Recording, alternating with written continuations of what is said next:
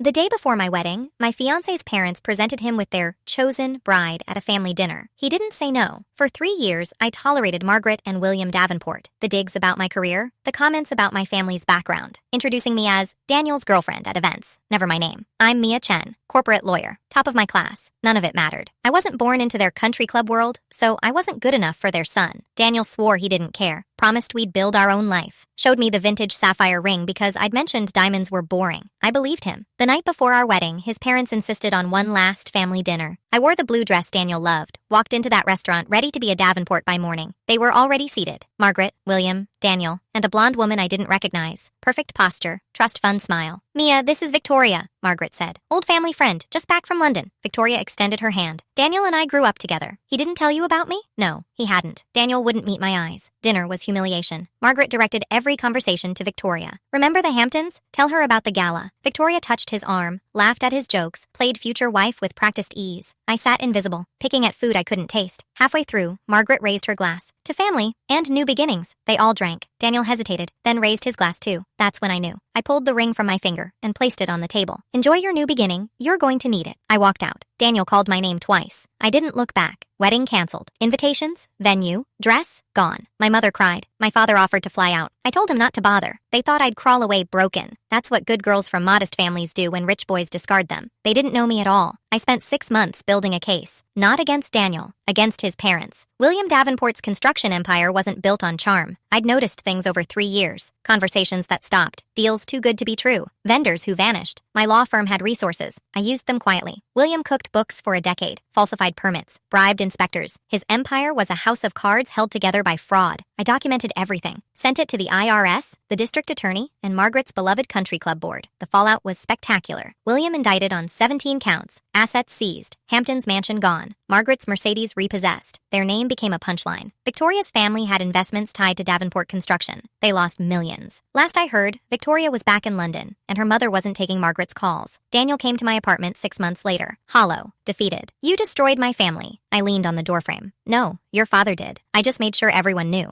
We were going to get married. You sat at that dinner and let them humiliate me. You raised a glass to my replacement. You didn't call. You didn't choose. He had no answer. How's Victoria? He flinched. Gone. They're all gone. That's what happens when you build your life on other people's suffering. Eventually, the foundation crumbles. I closed the door. He didn't knock again. A year later, I'm lead partner at my firm. Bought a condo downtown. Date when I feel like it. Sometimes I think about that dinner, the blue dress, the ring on the table, their certainty that I'd just disappear. They were right about one thing. I disappeared. I disappeared into their records, their accounts, their carefully constructed lies. And when I came back, I brought the truth. Daniel sent a letter last month. Handwritten. Desperate. I threw it away unopened.